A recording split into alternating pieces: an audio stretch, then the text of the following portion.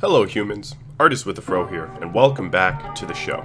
With the recent information of the releases of Maximum Gold, Phantom Rage, and the Charmer Structure deck, there's a lot of things that are coming into the game now that will switch up how we as players construct our decks and how we interact with others.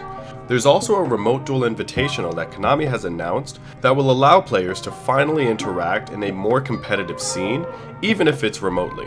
However, that doesn't answer some of the issues of today. The game state is in a sort of impasse where most of the decks that we run are kind of this cookie cutter build-a-board format, and most of the playstyles that we might have aren't necessarily some of the most engaging or even exciting types of ways in which to play. That's why, for today, I'm introducing 5 new ways you can play, whether it be amongst friends or other casual or competitive players. As always, before we start the video, please make sure you like, comment, and subscribe. If you'd like to stay in the know, you can also join our Discord, where we have giveaways and other information on when our streams go live. So let's get into the video. Starting in at number 5 is the Shield and Sword format. This format states that both players have to switch the attack and defense of all of their face-up monsters while they're on the field. With an extra challenge, traps can be played as spells.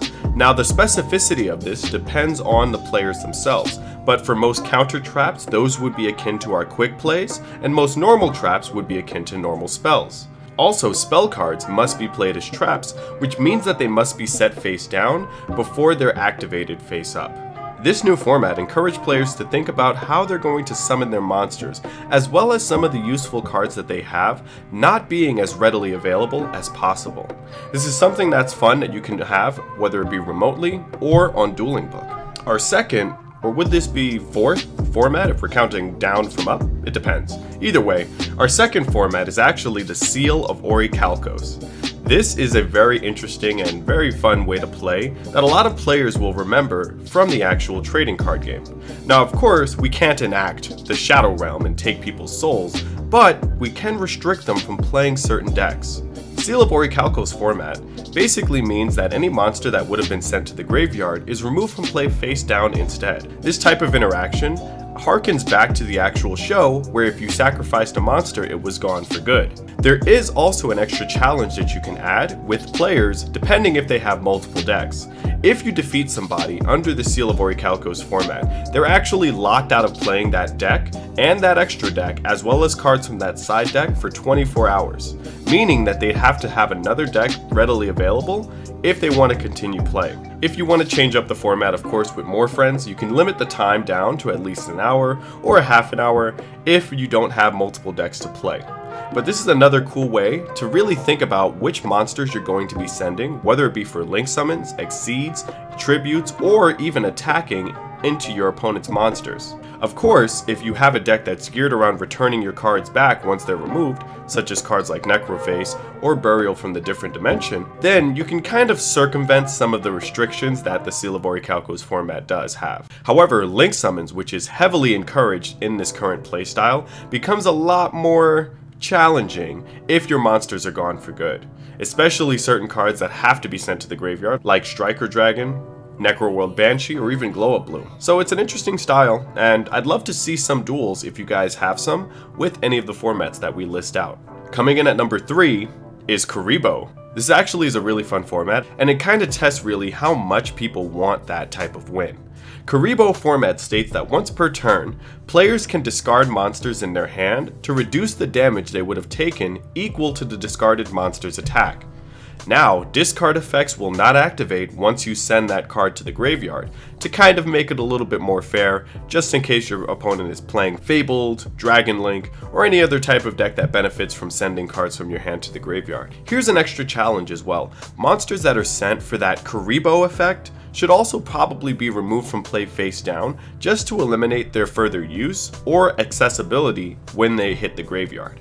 This is another really interesting format because you kind of have to think about, is the damage that I'm going to take worth it? Or should I prevent myself from taking this damage or possibly this OTK or FTK for the sake of lasting one turn? However, I'd be sacrificing the monsters that I possibly could use for the next or following turn after. An interesting format nonetheless, but there's also 2 more that we have to get to as well. so let's see what they are. Coming in at number 2 is Backs to the Wall. Now this is an extremely challenging format to play, and it harkens back to a trap card that actually exists for the Six Samurai archetype. Backs to the Wall format states that each player must start the duel with 100 life points. Monsters cannot attack the turn that they're summoned, and burn damage that would normally take out your opponent is actually going to give your opponent some life points instead. This slows down the format immensely, and it also mitigates the damage that you would have taken from burn cards such as Ozaki, Gagaga Cowboy, or anything else. And there's also an extra challenge.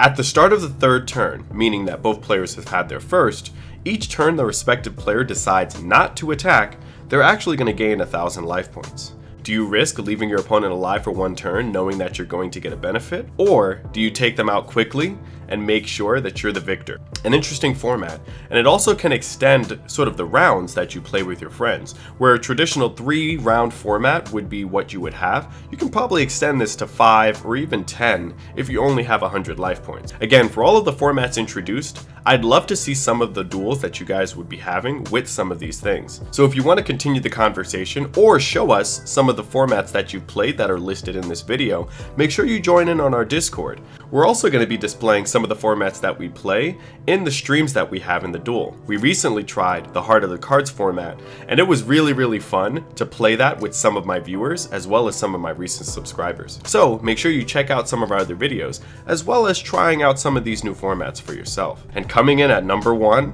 is the Heart of the Cards. Heart of the Cards format is actually something that I think was kind of tested with Team APS, so big shout outs to them. Heart of the Card format states that each player starts the duel with only one card in their hand. Now, the extra challenge, each player starts the duel with only one card in their hand, and we know that most current Yu-Gi-Oh players like to boast about their 1 to 2 card combo, but this format actually challenges them to see if that's actually real. There's also an extra challenge.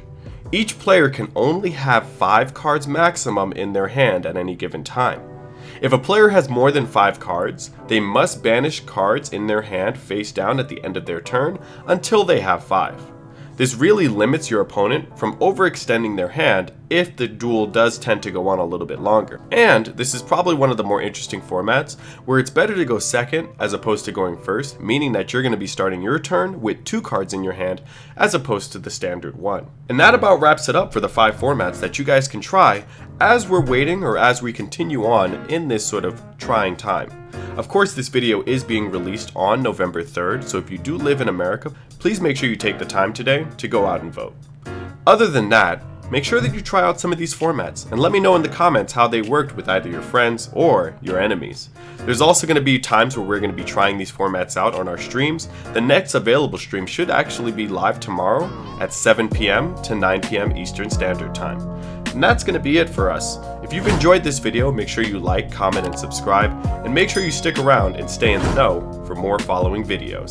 But with that being said, I've been the Artist with the Fro, and that, my friends, is the show. Thanks for watching.